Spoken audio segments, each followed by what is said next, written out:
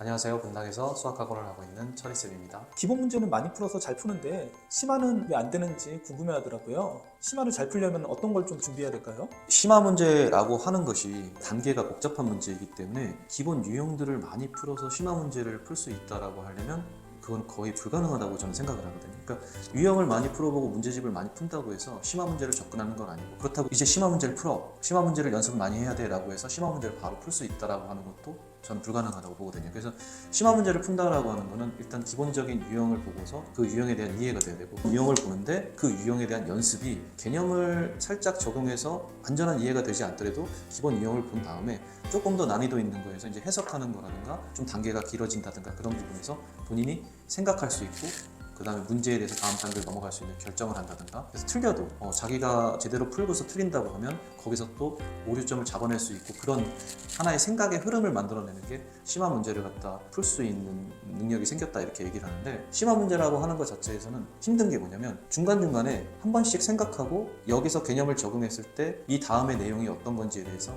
단어나 키워드를 통해서 다음 단계로 넘어가는데, 본인이 알고 있는 개념을 생각해야 되는데 개념에 대한 생각도 중요하지만 연결고리인 그 흐름도 중요하거든요. 그래서 일단 전체적인 내용에 대한 파악이 되어 있지 않으면 단계 개념을 푼다고 하더라도 자연스럽지 못하기 때문에 중간에 막히게 되죠. 그래서 그 다음부터 뚫고 나가는 힘은 그 전에 너무 지쳤기 때문에 문제에 대한 포기라든가 넘어가고 싶은 마음이 더 우선적으로 들 수도 있기 때문에, 심화 문제를 잘 푼다고 하면 기본 유형을 갖다 많이 푸는 것보단 많이 봐야 돼요. 많이 읽고, 그리고 남한테도 이 문제에 대해서 자기가 심화 문제 풀었다고 설명할 수 있고, 그러면 이제 생각의 정리가 되기 때문에 다른 유형인데도 내가 이런 심화 문제를 여러 개 풀었다고 했을 때 다른 심화 문제를 풀 수 있는 이 에너지가 생기는 거거든요. 다른 단원의 다른 문제라 하더라도 심화 문제를 푸는 데 있어서 접근이라든가 답에 도달하는 능력이 조금 더 나아지는 학생들을 많이 봤기 때문에 그런 쪽의 문제를 많이 봐야 된다고 생각을 해요. 일단 풀기 전에 풀 수 있는 능력을 갖춘 다음에 푼다라는 거는 없는 것 같고, 문제를 먼저 많이 보면서 내가 이 정도는 생각을 해야 되는구나라는 생각을 먼저 생각하고 문제를 접했으면 하는 부분이 있어요. 학생들이 쌤 B 정도 수준까지밖에 못 푸는데 이 친구들이 심화까지 풀려면 어떤 단계를 거쳐서 공부하면 가능할까요? 선생님들이 어려운 센 수학의 C단계를 풀어준다고 하면 선생님들이 그 C단계에 적용하는 문제에 적용되는 내용이라든가 개념에 대한 얘기와